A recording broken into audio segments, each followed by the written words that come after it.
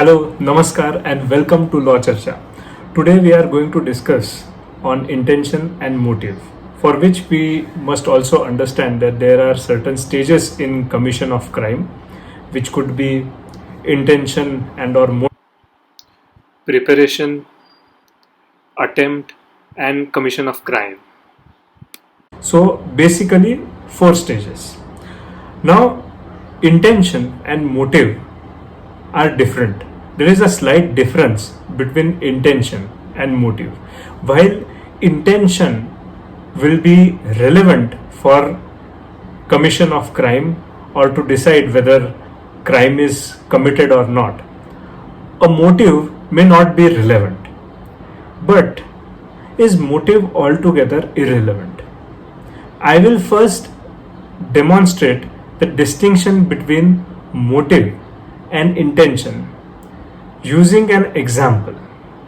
Those who have seen this movie may try to relate with the stages of commission of crime.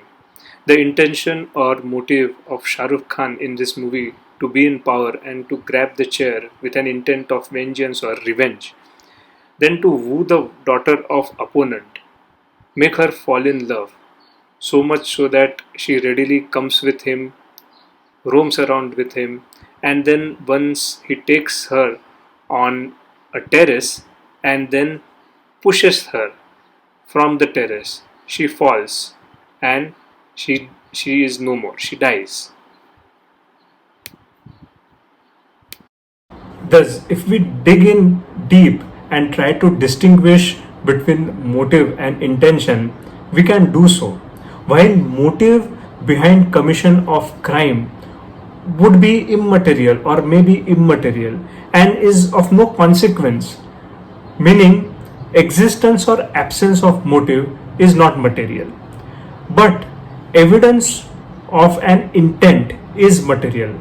For instance, in this case, in the example which we saw, Shah Rukh Khan in that movie might have been motivated to grab chair as a revenge, but merely that motivation is not enough or is not material to prove that Shah Rukh Khan committed murder of Shilpa Shetty. Now, why I say that Shah Rukh Khan in the movie might have the motivation to grab that chair, but merely that motivation may not be enough to prove the crime. Why do I say so? Because take a situation where motivation of Shah Rukh Khan to grab the chair exists.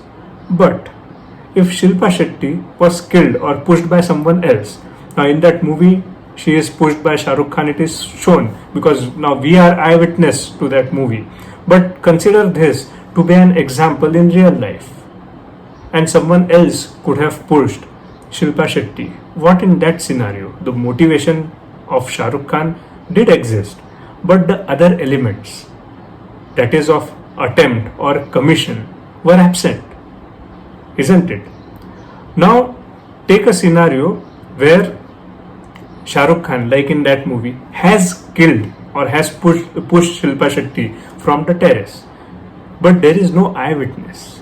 And to prove that Shah Rukh Khan killed Shilpa Shetty, we will have to corroborate evidence. The whole case would be based on circumstantial evidence. And this is where motive would become relevant and would be material. And for the same, to explain it further, let me give you an example. An example where the son is accused of killing his own mother, and the motive behind it is money for drinking liquor. So, this is an examination in chief of the complainant, the first informant, who has deposed. Well, you may read everything if you want to, but the material thing is the underlying portion where he says that the accused was addicted to liquor and was not doing any work. He used to borrow money from his wife and mother for drinking liquor. On refusal to give money, he used to beat them. Now, if you see, the evidence by the prosecution is based on motive. They have started the evidence by bringing in the motive first. And it is only in the subsequent paragraph that the prosecution has brought on record the actual incident that happened. This is important for the law students to understand the sequence, the strategy applied by the prosecution.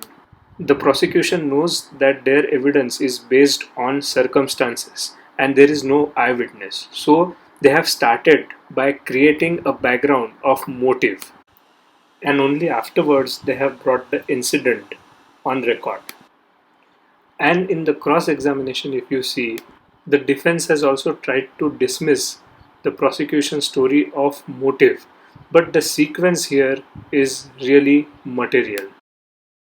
Now, what has happened is, because prosecution started its evidence by bringing in the motive, the defense has also brought in the motive aspect first and then gone on to the other aspects. For example, if you see here, the latter part with respect to the quarrel between the accused and the witness should have been brought on record first, and then subsequently a question could have been put to the witness that because there was quarrel, the witness is trying to falsely depose that accused was in habit of drinking liquor.